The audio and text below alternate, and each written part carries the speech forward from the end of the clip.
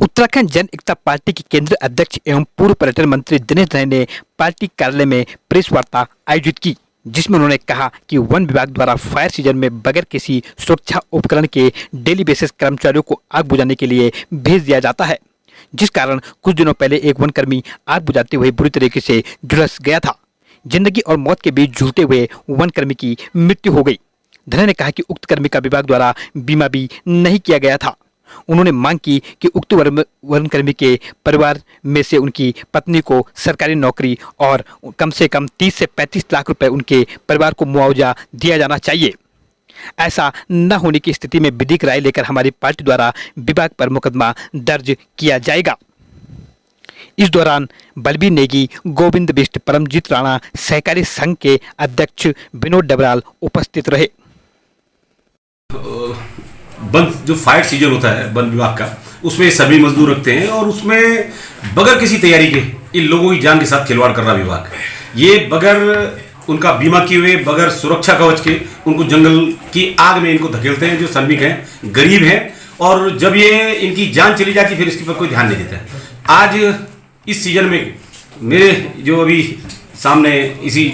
नई टिहरी मुख्यालय के नज़दीक जो घटना घटी थी पिछले 24 जून को, उसमें सतेंद्र एक लड़का शहीद हो गया था, क्योंकि आग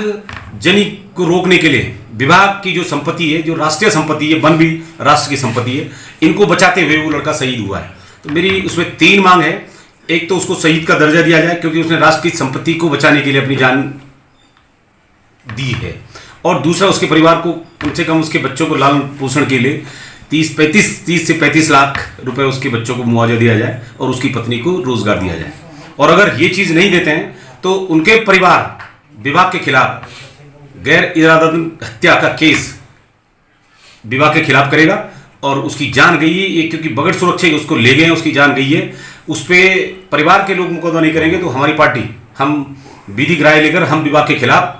गैर इरादतन हत्या का केस मुकदमा दर्ज करेंगे विभाग पे।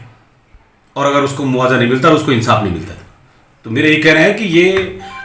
इस तरह की जितनी भी घटनाएं घटी हैं और आगजनी को रोकने के लिए जितने भी श्रमिकों की जान गई है, जितने भी कर्मियों की जान गई है, उनको शहीद का दर्जा दिया जाए, क्योंकि वो भी राष्ट्र की संपत्ति को बचाते हैं और बचाते बचाते अपनी जान निछावर कर देते हैं, तो उनको भी शहीद का दर्जा दिया जाना चाहिए।